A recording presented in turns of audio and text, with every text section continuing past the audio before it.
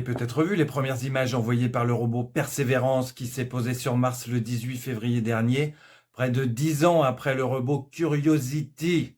Curiosité, Persévérance. Le prochain, il s'appellera comment? Prudence et mère de sûreté? Pierre qui roule n'amasse pas mousse?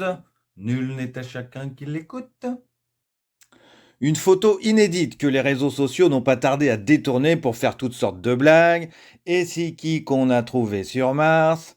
Et sur les mêmes réseaux sociaux, des messages plutôt malveillants aussi, comme d'habitude, se demandant s'il n'est pas un peu idiot de se demander à quoi ça sert d'aller chercher de la vie sur Mars. Et pourtant, c'est une bonne question. Persévérer, d'accord, mais dans quel but? À quoi ça sert de dépenser des milliards pour partir chercher de la vie à des millions de kilomètres, au lieu de commencer par préserver la vie qu'il y a ici? Et l'être humain ferait volontiers penser à ce parasite décrit par l'agent Smith dans Matrix. Vous vous installez quelque part et vous vous multipliez. Vous vous multipliez jusqu'à ce que toutes vos ressources naturelles soient épuisées. Et votre seul espoir de réussir à survivre, c'est de vous déplacer jusqu'à un autre endroit. En même temps, c'est peut-être une mauvaise question de se demander à quoi ça sert. Il faudrait que les choses soient utiles pour avoir un intérêt, utiles à vivre ou à survivre. Lire des livres, aller au cinéma, sortir au café, au théâtre, se promener, est-ce bien utile? Indispensable? Non. Et pourtant, ça paraît essentiel. Et c'est toujours la même question, lancinante en cette période de crise. Qu'est-ce qui est essentiel? Et plus utile, ce qui sert à quelque chose n'est pas forcément l'essentiel. À côté des nourritures terrestres, il y a les nourritures martiennes, autant dire spirituelles.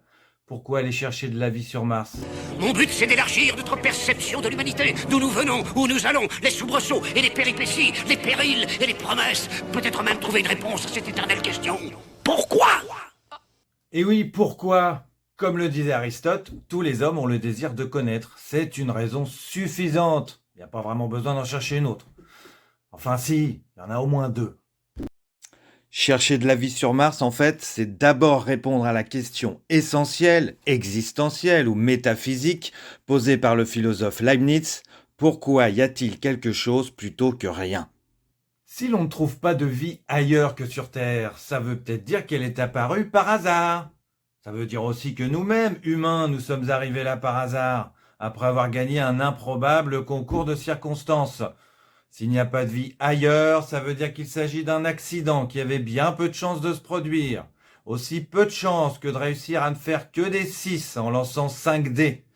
Notre existence même n'aurait pas vraiment de raison d'être. Et ça, Leibniz lui-même a du mal à l'admettre.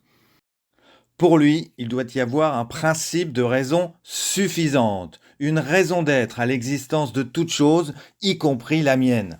La réponse de Leibniz, c'est qu'il doit bien y avoir un Dieu quelque part qui a voulu tout ça. Est-ce qu'on est vraiment plus avancé? La réponse à la grande question de la vie, de l'univers et de tout le reste est...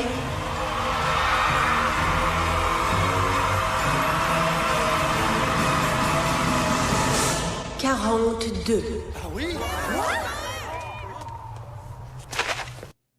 Voilà, quand on dit qu'on cherche de la vie sur Mars, c'est plutôt qu'on cherche une forme de vie qui nous ressemblerait, une autre forme d'intelligence, plutôt supérieure à la nôtre, vous me direz, c'est pas difficile.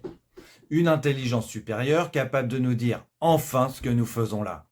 Vous ne saurez ce que signifie la réponse que lorsque vous connaîtrez la question exacte. L'utile n'est pas l'essentiel.